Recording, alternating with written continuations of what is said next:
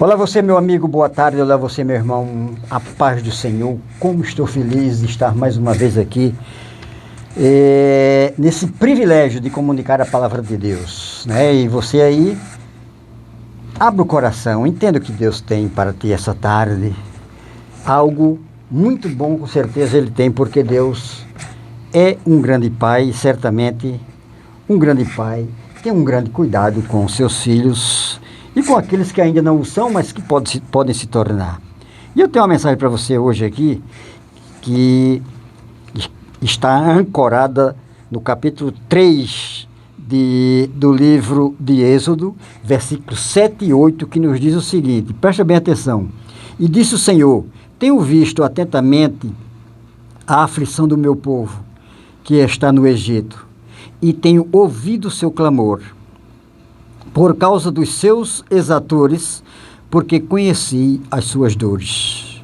O 8 diz o seguinte, portanto desci para livrá-lo da mão dos egípcios, e para fazê-lo subir daquela terra a uma terra boa e larga, a uma terra que mana leite e mel, ao lugar do cananeu, do Eteu, do Amorreu e do Ferezeu e do Eveu e do Jebuseu, isto é, a atual Israel, antiga Canaã. É isso que Deus quer dizer. Meu querido amigo, meu querido irmão, perceba bem, Deus está dizendo aqui, eu vi o sofrimento do meu povo no Egito, e chega, basta, eu vou tirá-los de lá. E com esta introdução, nós queremos transmitir a vocês, evangélicos ou não, uma mensagem baseada também no capítulo 10 de Lucas 30-37. Isto é, Deus é o bom samaritano de Israel, o bom samaritano dos judeus. Isto é, Deus parou. Aqui mostra-nos a palavra de Deus, por este contexto, que ele parou e disse, chega, vou tirar o meu povo do sofrimento do Egito. Vou lá socorrê-los. Vou lá dar um fim, dar um baixa na vida desgraçada, posso dizer, que eles estão levando, e vou levá-lo para o refrigério, para um lugar de descanso, que é a terra prometida. Deus, este é o título dessa mensagem. Deus, o bom samaritano de Israel. Por que o bom samaritano de Israel? Porque se você conhece Lucas 10, do 30 ao 37, você vai ver que Deus agiu justamente como aquele personagem lá, aquele samaritano que socorreu aquele homem que havia sido agredido por salteadores naquele tempo, né? Os salteadores agrediram aquele homem, lá dessa parábola, quebraram ele todo, tá? E levaram tudo que era seu, deixaram ele quase morto, semi-morto, e ainda levaram tudo que ele tinha. E veio os religiosos, né? Veio os sacerdotes, veio os escribas, vieram os fariseus, os religiosos, enfim, veio todo mundo, né? Que se dizia da alta sociedade israelita, viu aquele homem, passava de largo, lá em Lucas 10, está dizendo desse jeito, passava distante, queria distância daquele homem que estava lá, provavelmente sangrando, arrebentado, quebrado, de longe. Mas veio um samaritano, né, que Deus não foi à toa que ele usou aqui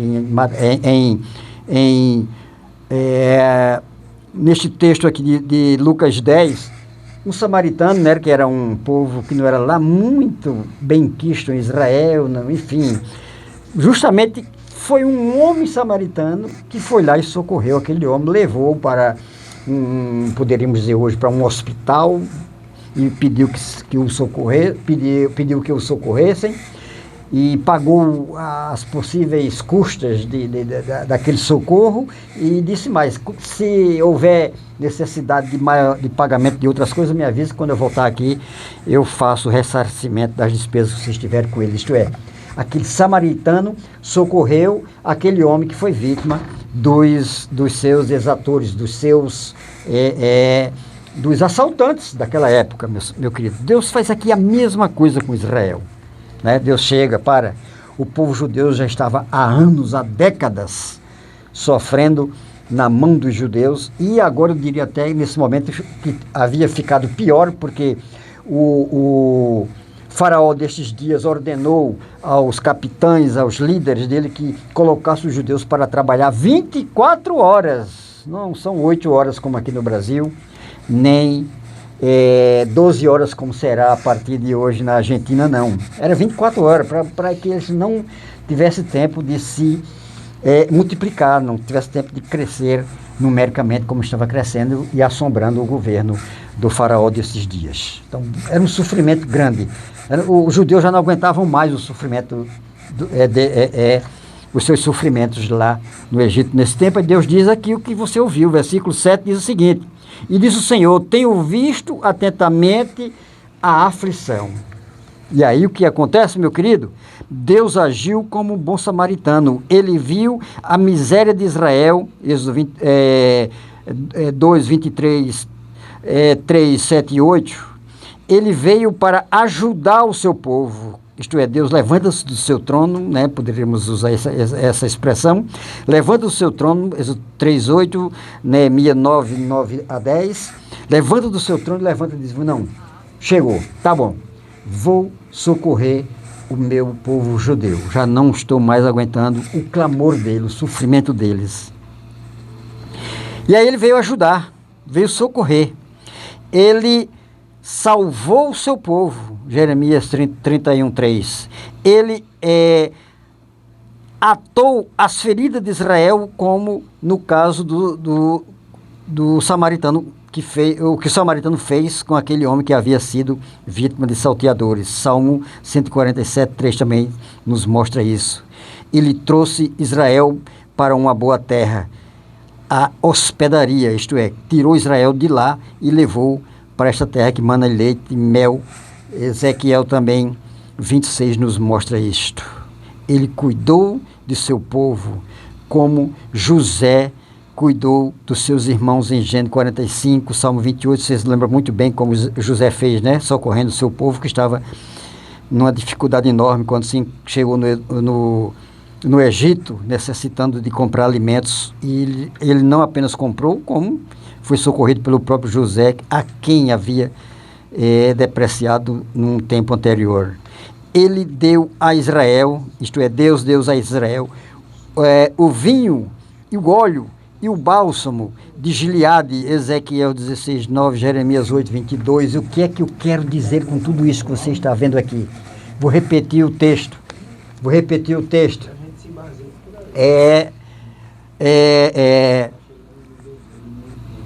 7. E disse o Senhor, tenho visto atentamente a aflição do meu povo, que está no Egito. Tenho ouvido o seu clamor e por causa dos seus exatores, porque conheci as suas dores. Meu querido amigo, meu querido irmão, o que eu quero dizer com isso? Qual a mensagem que eu tenho para você essa tarde? Deixa eu dizer aqui uma coisa, até renomear esse título.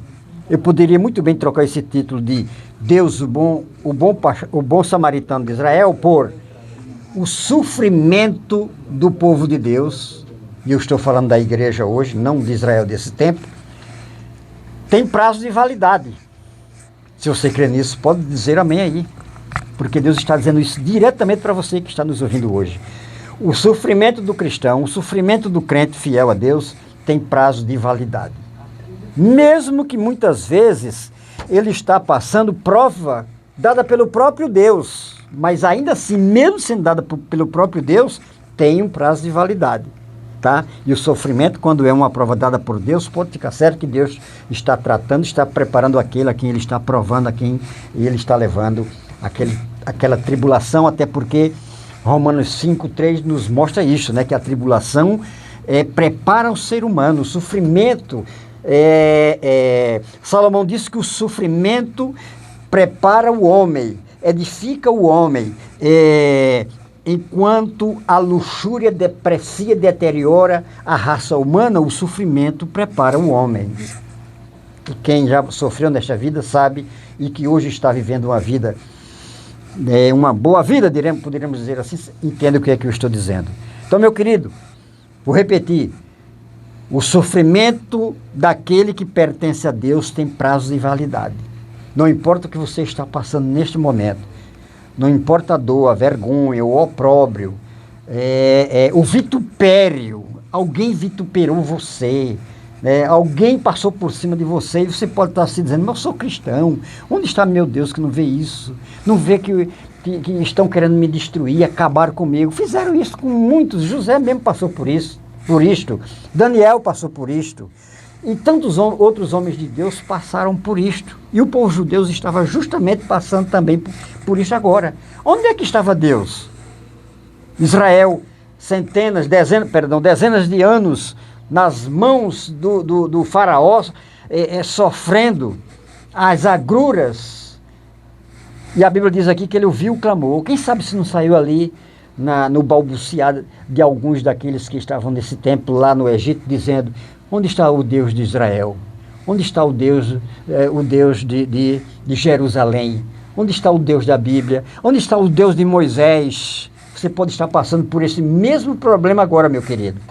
Onde é que está o Deus do crente? Onde é que está o meu Deus? Eu já não aguento mais. Israel disse isso lá no cativeiro, tanto no babilônico como no todos os outros cativeiros que eles passaram. José deve ter passado por isso quando ele estava não apenas na cisterna, mas lá na masmorra do castigo de Faraó, que Potifar o conduziu. Não importa o seu questionamento, fica certo de que o sofrimento do cristão tem prazo de validade. Ele só permanece até o dia que Deus quer. Chega um dia que ele vai dizer a mesma coisa que o que disse com o seu povo. Não aguento mais ver o meu povo sofrer. Não aguento mais ver o meu filho nesta dor, nessa tristeza, nesse vitupério, nessa abominação que estão fazendo com ele. Não aguento mais. Não aguento mais ver a sua família faltar o pão, muitas vezes. Repito, o sofrimento do cristão tem prazo de validade. E não importa se é um sofrimento natural, como se for um sofrimento providenciado pelo próprio Deus, que Deus providencia, meu filho. Se você for para Romanos 5 agora, você vai ver que a tribulação é viabilizada por Deus, porque Deus quer tratar com alguém, então ele manda tribulação, e ela só sai no dia que executou o propósito para qual ela foi destinada, ela foi elaborada. Esta é a grande verdade. Tudo na vida do crente está sob o controle de Deus, nada fugiu. Não se assombre, não se amedronte, e na hora certa ele vai fazer como fez aqui nos dias do sofrimento de Israel, nas mãos de Faraó. Ele vai dizer, chega, hoje eu vou conduzir o meu filho, a minha filha, para as águas de descanso, para as pastagens verdejantes do Salmo 23. Sabe por quê? Porque Jesus te ama.